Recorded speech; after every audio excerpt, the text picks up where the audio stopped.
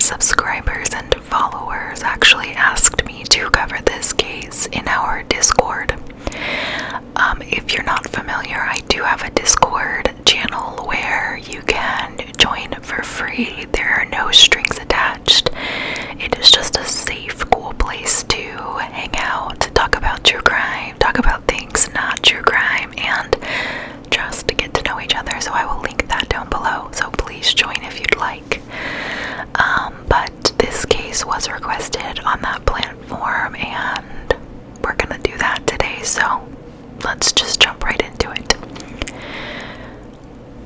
What happens when the two youngest convicted killers of the 20th century commit a crime so heinous it makes some of the world's most hardened criminals shudder?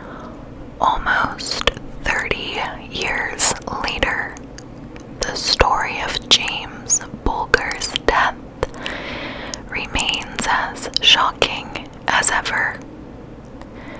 This particular murder made headlines everywhere, and it shook the world in the 1990s.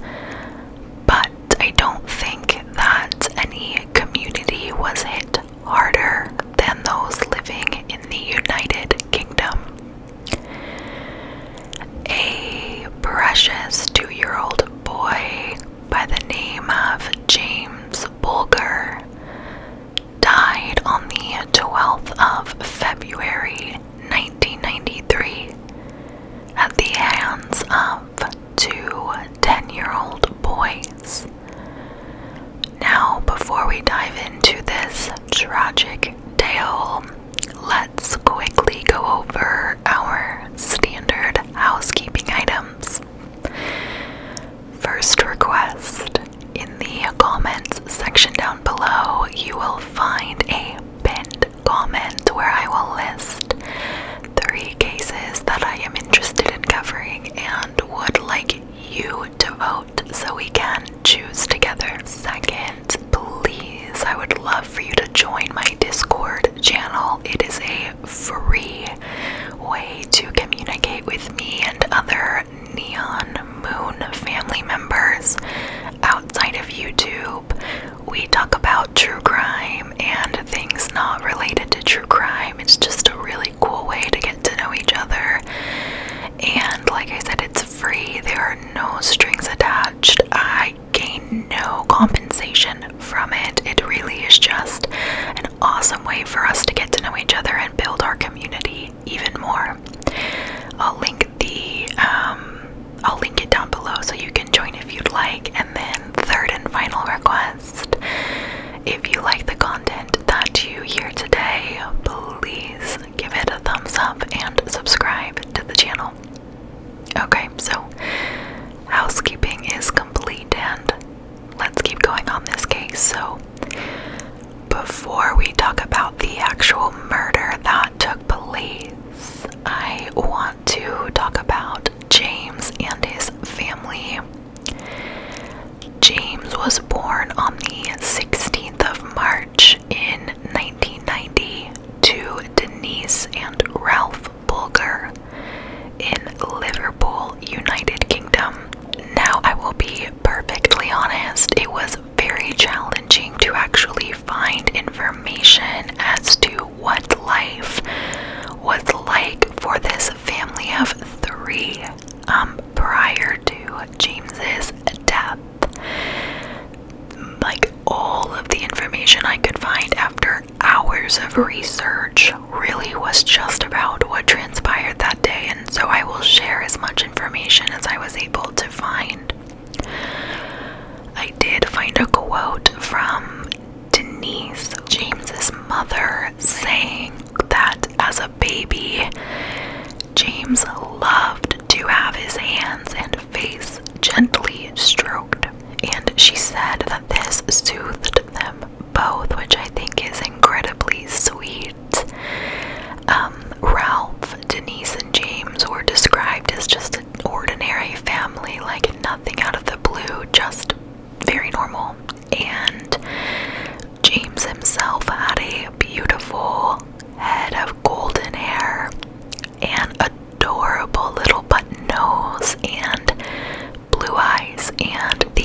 right had a unique brown streak in it. Now, despite the fact that I couldn't find a ton of information about their family before the murders, there were a lot of photos, and I did come across some home videos, and you can tell from those that James was so deeply loved and fiercely loved by his parents. He had this beautiful, joyful, and radiant smile that just exudes warmth and joy. You can just feel it through the photos and videos, and you could feel his parents' happiness as well through those photos when they were together. And then in one of the home videos that I watched, it was James playing outside with some other kids around his age, and they were at some birthday party celebrating somebody, but he just looked so happy and full of life. The way that I would describe him from these photos and videos is that he was sweet, and there was a purity to him, and it's so sad because he had so much life ahead of him, and that would be taken away from him. I would like to say that in addition to the disclaimer that is given in my intro, it is important to me that I call out that this case is much heavier than normal. When we get to the part that actually details his death, I will take a moment to pause, and I will also list on the screen the timestamp of when this particular section ends, so you can go ahead and skip ahead if you would prefer not to hear that part. So I will take a moment to pause to give you time to make that choice, and then I will move forward. We have not come to that part yet, but I just wanted to give you that disclaimer now. I will first go into what happened before the murder. So, February 12th of 1933 started out as any other day, just as they usually do in the world of true crime, which most of us here probably know that. It was a chilly day, at least for a California girl's standards, with temperatures ranging from 36 to 43 degrees Fahrenheit or 2 to 6 degrees Celsius. But nonetheless, with blue skies and not a raindrop in sight. Denise, James's mother, would take him to the New Strand shopping center in Bootle, Merseyside, England. And this was just shy of 3 miles, which is approximately like 5 to 6 kilometers from Liverpool, where they lived. This shopping center had opened in 1968 and was known locally as the Strand. The last stop on their trip to the Strand would be the butcher's shop, which in some ways is morbidly and tragically poetic. An innocent trip to this butcher shop, which was called A.R. Tim's, to purchase lamb chops, would be the beginning of something incredibly grim for the Bulger family and the United Kingdom. This was the first time that Denise ventured out of the house with James without using his buggy. And for our United States viewers, a buggy, if you don't know, is like the equivalent to a stroller. Now, just as a piece of information, the fact that she left for the first time without his stroller would play over and over in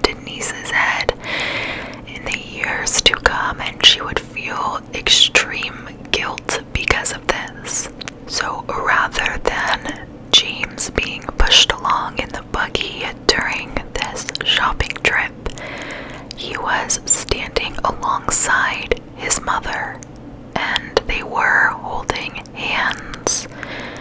However, Denise did have to let go of his hand as they approached the register to pay for their lamb.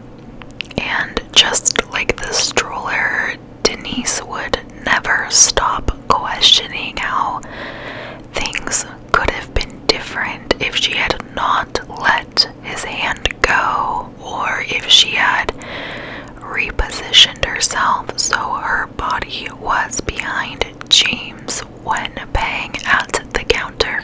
Now, in the very same moment that Denise releases his hand to go into her purse and get her money to pay, two boys who had skipped school that day found themselves at the same shopping center and would lure little James away from her.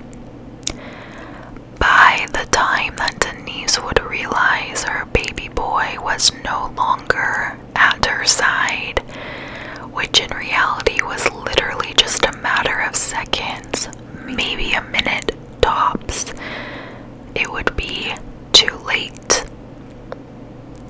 So, before stumbling upon James, these two boys wandered from shop to shop, and they would basically steal anything that they could get their hands on.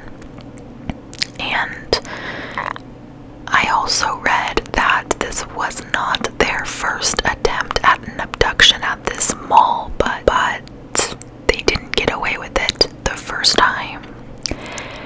And these petty crimes of thievery that they were participating in that day in February isn't like as uncommon in school-aged kids. Like, that's fairly petty crimes, you know, in the big scheme of things.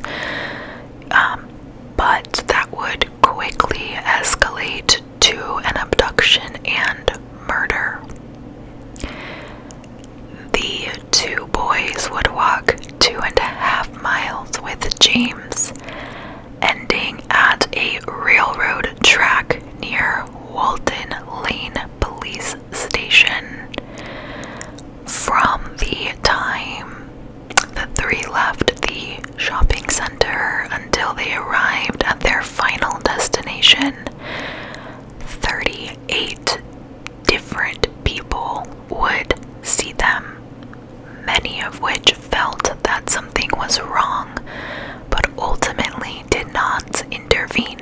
They would pass well-known roads in the area like Cherry Lane and Breeze Hill, and traveled by local landmarks like Leeds and Liverpool Canal, the Reservoir, TJ Hughes, and Clinton Guards, all places that supposedly James was likely seen and could have been saved.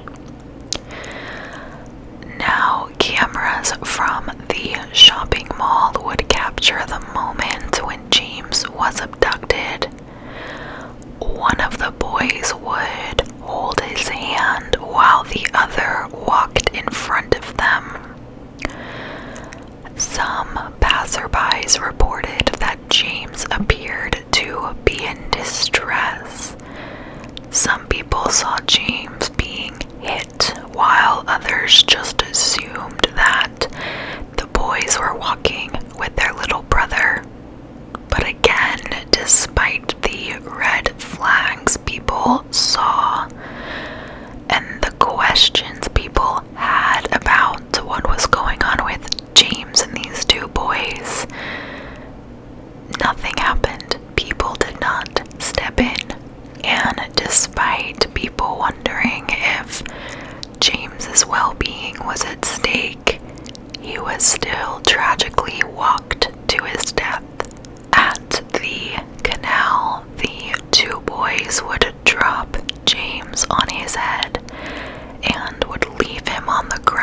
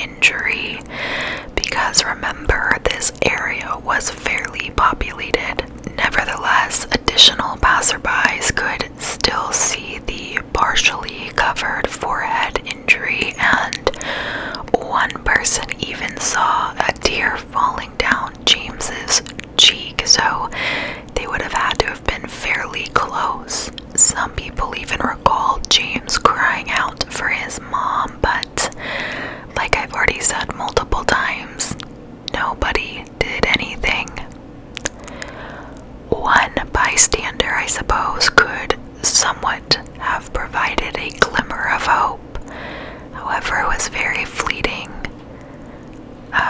With evening approaching, an elderly woman saw James crying and noticed his injuries and approached the trio to inquire what was wrong, but the two boys would say, quote, "We just found him at the bottom of the hill," end quote. And apparently this woman was satisfied with that explanation, is that the woman would simply end up telling the boys that they should take him down to the nearby police station. The boys would walk away from this woman and she would call out to them to try to, convince them to go to the police station. But they did not look back, so it wasn't really quite clear to her, what they were going to do. Now, not long after this elderly woman, had sent these boys on their way, James was almost rescued yet again. A woman that was concerned for him told the boys that she would take him to the police station herself. But when she had asked another woman nearby to look after her daughter so she could do so, that woman refused, I guess, because her dog did not like children, and so our sweet, precious little James slipped away from safety once again. After that transpires, the two boys and James then walked into different stores where they interacted with both shopkeepers who, though suspicious of the older boys, let them go on their way. They would also come across two boys that they knew from school, and they inquired as to who this little boy was, and they would end up giving the answer that he was just one of their little brothers. Once they arrived to the train station, it is questioned if they actually had second thoughts on committing this horrific crime. However, as we know, something must have told them to move forward because little James is not alive. What happens next will send chills down your spine. As mentioned earlier, this is a gruesome case, and now is the time to skip ahead, and I completely understand if you feel the need to do so. I will take a moment here to pause to give you time to make that decision for yourself and move along, and I will also list on the screen the timestamp of when the description of what happened to James is over, and you can carry on with the rest of the story. So let me take a moment to pause so you can make that choice.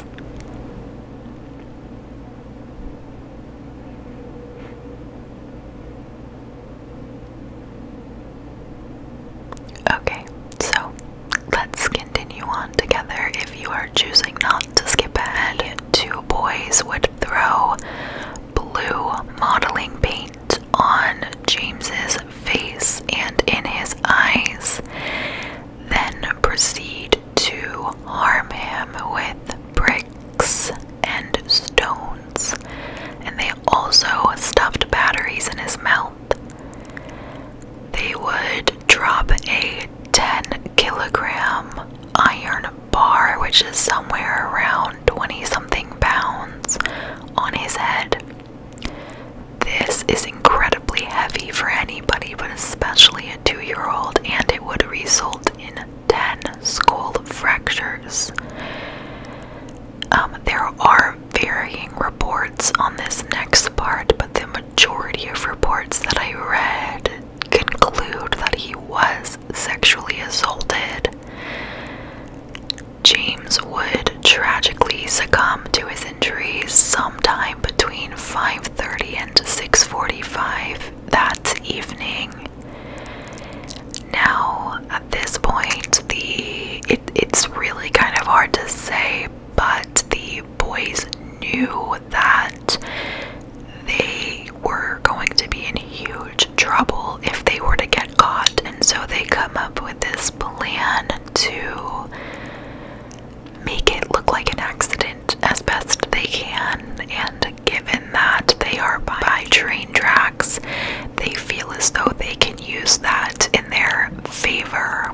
So the boys would then move James's body to the tracks and wait for a train basically to come by and make it look like an accident. There are reports as to how that impact with the train affected his body, but I am personally choosing to omit that piece of information from this video.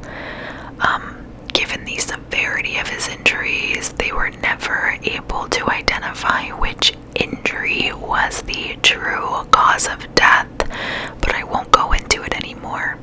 And what is really just so sad is that items that were, meant to be part of a child's life in a fun capacity, like paints and trains, which, just for the record, was one of James's favorite toys to play with, ends up according to his tragic end.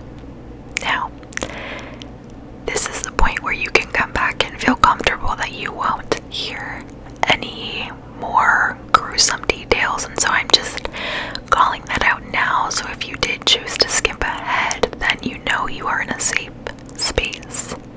This kind of feels like those books you would read as a kid where you get to pick your path, if that makes sense, and then you could choose it and decide the outcome of the story. I don't know, we're gonna do a modern true crime version of that, so you've reached your destination and you are safe to proceed at this point collectively. So, while those horrific acts were unfolding, Denise had immediately tracked down security at the shopping mall.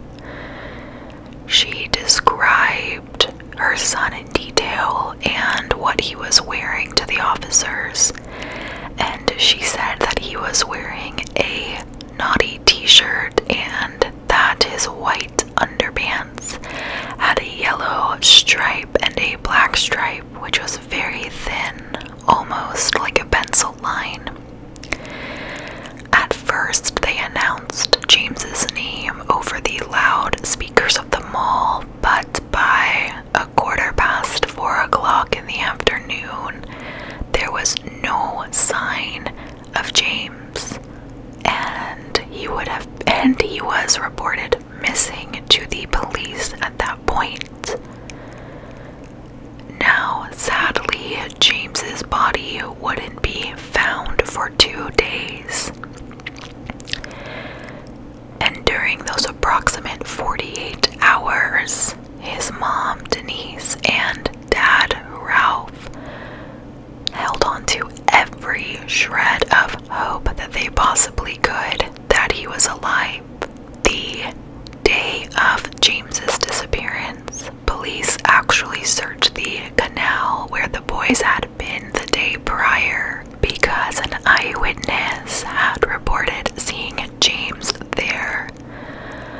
Other searches were conducted elsewhere, all leading to nothing, and they were heading down the right path when looking at the canals, but didn't go far enough to look at the train tracks. So with little to go on at this point, his parents were initially looked at as suspects, which is not, abnormal. That's pretty standard, I think. But when the police eventually saw the CCTV footage from the shopping mall, they could not believe their eyes. The footage was quite grainy, but it was clear enough to show that James was not taken by an adult younger boys. And they were able to identify that this was James in the footage because of his clothing, and Denise confirmed that this is what he was wearing that day. Once those CCTV images and footage was released to the media, the story went nationwide and the search for James intensified, and there was more pressure to find him. When Ralph saw that it was two boys who had taken his son from the mall, he actually recalls smiling with this sense of relief and telling Denise that James would be alright.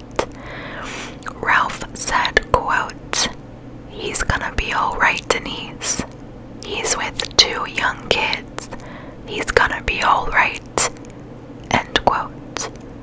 And nobody thought that these kids were capable of such horrific acts, but as we know, that could not be farther from the truth.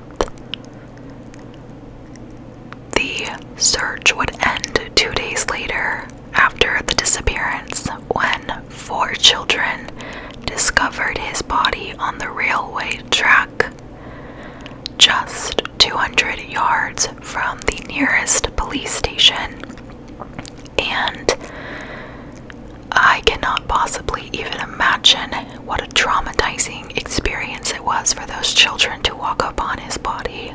Like, that breaks my heart to think about too.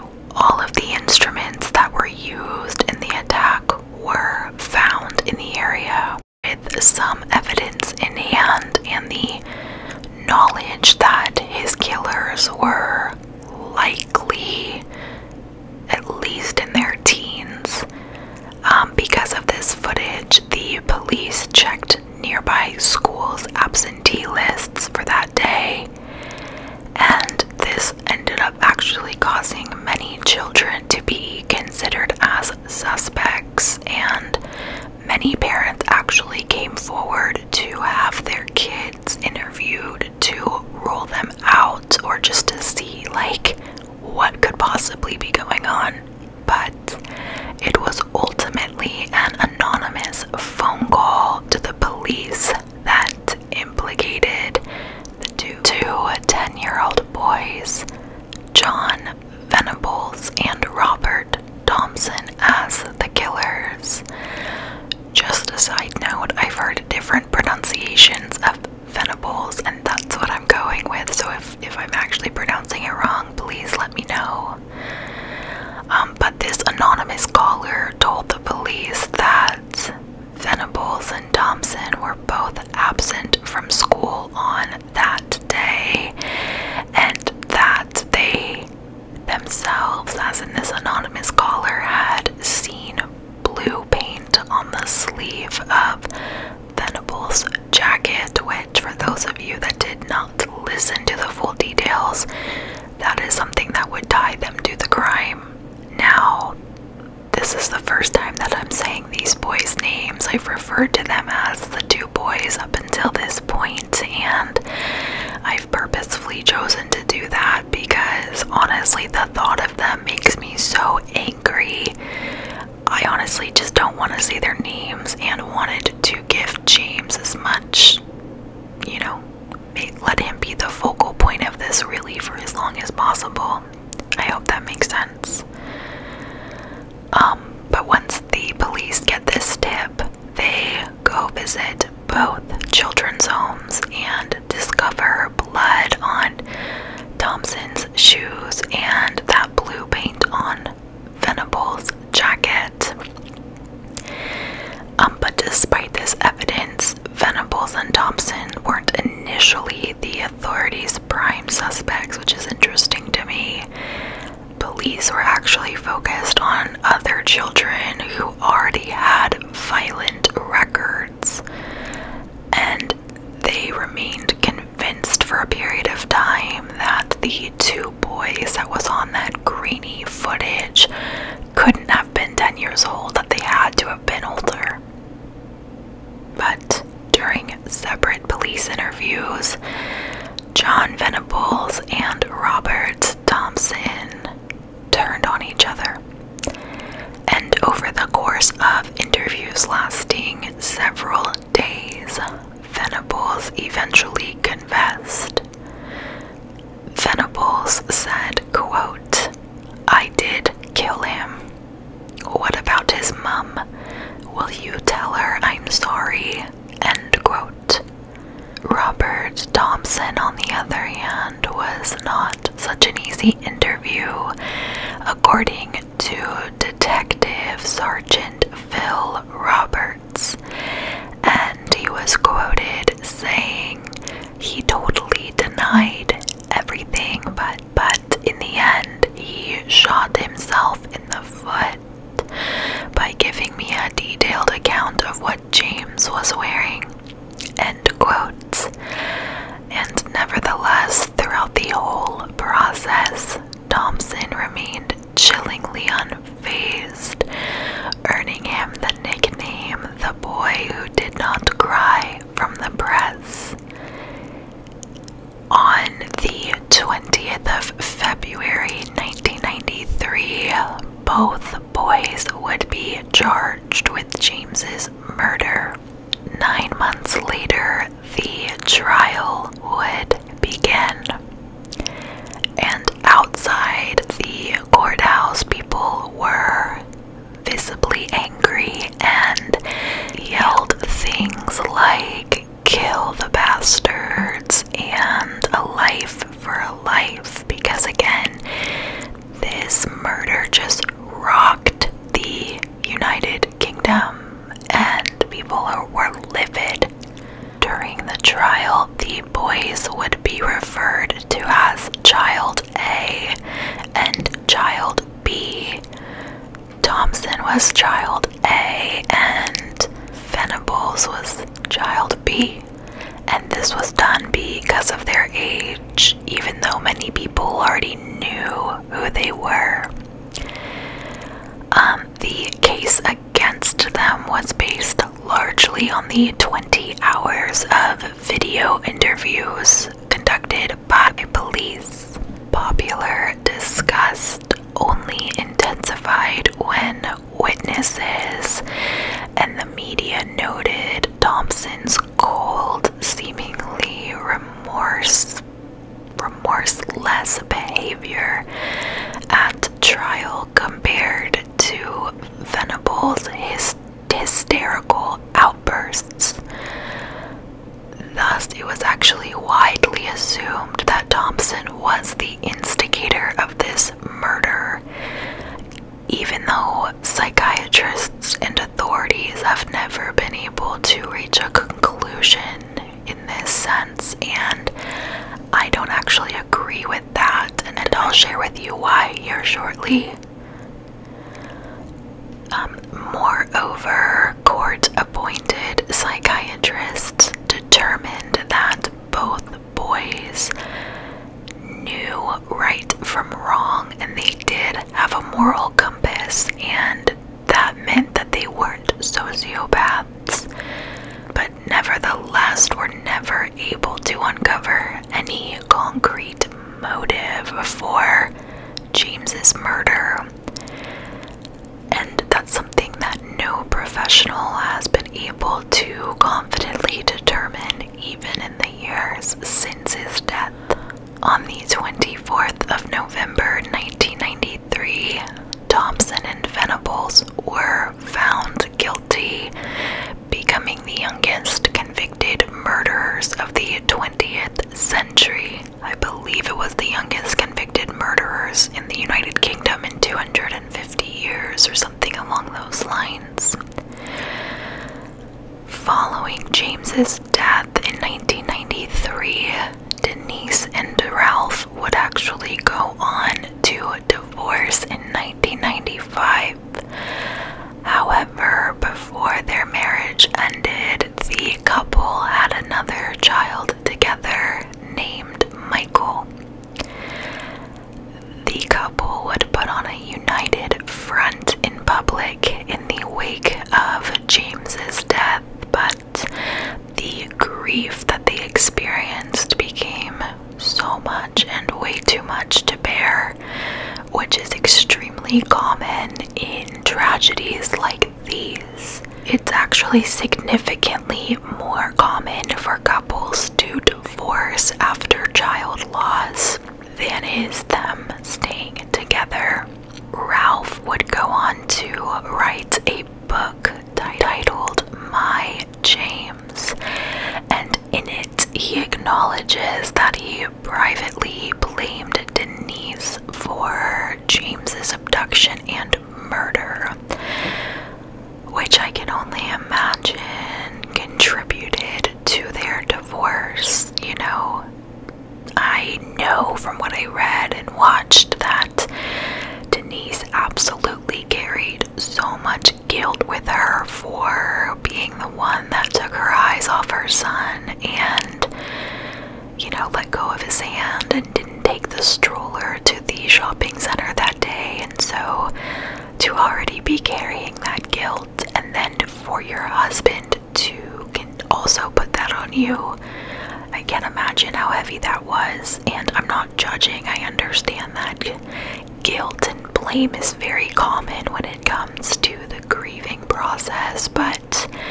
it's no surprise to me that their marriage failed. But what I do very much respect is that Ralph calls this out in his book and also acknowledges that his actions were not okay and should have never blamed her for what happened because it was not her fault. Now, Venables and Thompson were sentenced to serve as Her Majesty's pleasure at the time, which is the recently deceased Queen Elizabeth II. And apparently I had no idea, this is new to me, that it is standard protocol for juvenile offenders convicted of murder or manslaughter to do so.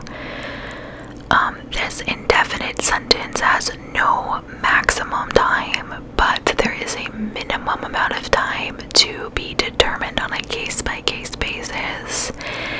And in this case, the minimum sentence was 8 years, which would put the boys at 18 years old.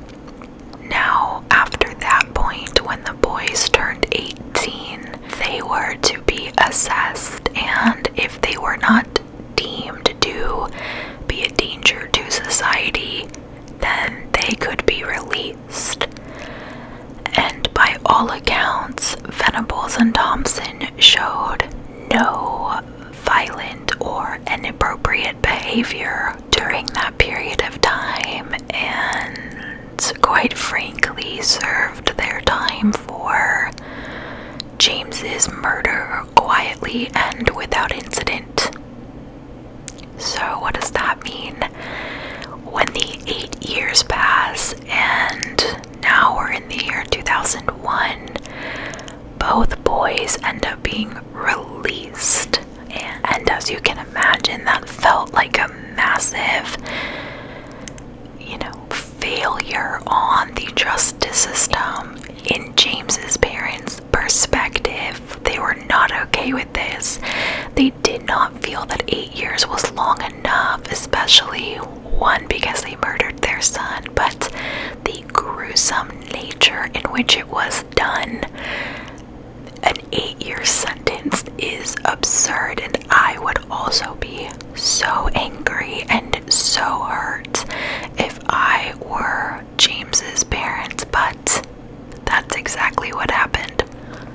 Now, upon their release, they both were given new identities and granted legal anonymity for life due to the public fury that surrounded this case and the danger that they were likely going to be put in from citizens hunting them down in order to take vengeance. So the government or the police, whomever it was, sets it all up so they are protected upon release. And to date, no significant attempts of vengeance have been made. Denise did say that she was able to locate Robert Thompson somehow in 2014, but explained that she was paralyzed with hatred and could not confront him, which I'm glad, I suppose, that she couldn't, because you never know where that would escalate to, and I would hate for her to cross a line that would put her in prison for the rest of her life, because that would be just devastating after everything she had already been through. Today, while Thompson is believed to be assimilating back into society and living a quiet life, the same cannot be said of Venables. In 2010, he was imprisoned for downloading images depicting various kinds of sexual abuse being inflicted upon children. In 2010, he was imprisoned for downloading very inappropriate images of children. He became eligible for parole in 2013, at which time Ralph told the parole board that he couldn't forgive his son's killers and that Venables should not be released. Nevertheless, as we see over and over in this case, things just don't work out in this family's favor, and Venables is released. But in November of 2017, he is once again caught with these horrible photos, in addition this time to a pedophile's manual that provided detail and instructions essentially of how to be a pedophile, and that's all I'm gonna say. I'm not going into that any further.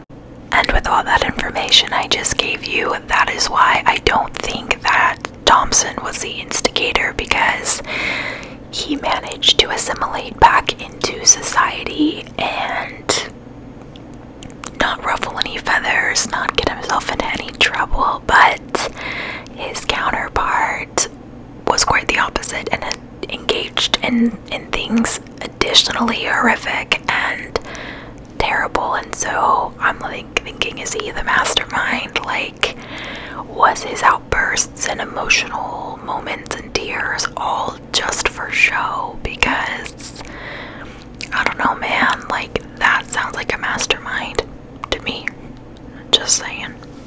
And as mentioned, Thompson is not reoffended since being released, and in 2010 it was reported that he was in a long-term relationship with a man who knows his true identity. And I have yet to discuss really anything related to these boys outside of their murder and what happened after, so I'm just going to give a brief amount of information on their upbringing.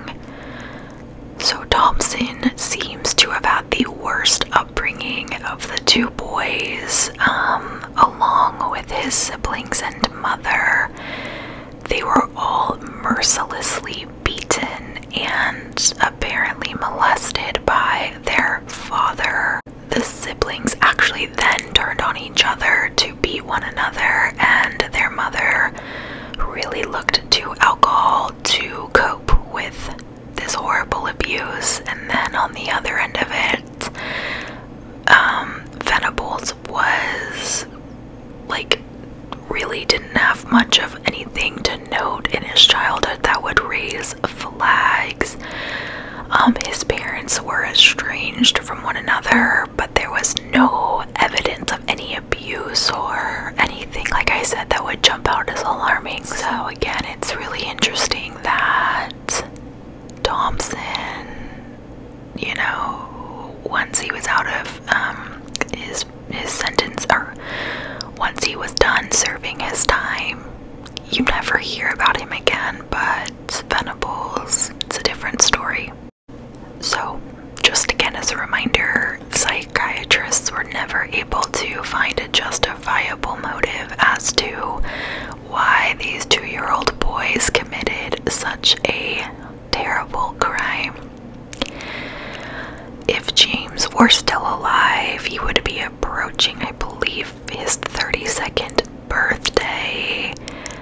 Both Denise and Ralph have continued in their efforts to keep James's short but precious memory alive. Denise would marry Stuart Fergus in 1998, and they went on to have 2 sons together, Thomas and Leon. Ralph would also remarry to a woman by the name of Natalie, and they also would have a child of their own.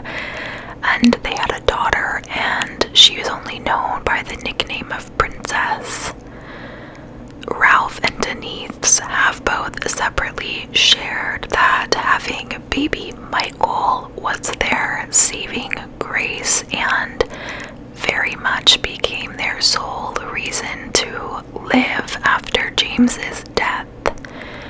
If it had not been for that pregnancy, neither of them are sure as to how their lives would have panned out. In 2010, Denise would launch the James Bulger Memorial Trust, which supports young victims of crime, hatred, and bullying.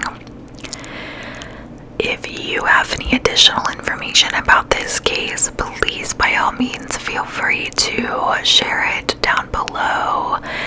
There was so much information about this case that it was incredibly challenging and basically impossible to include every detail, so I would love to hear your feedback or any input or facts that you might have.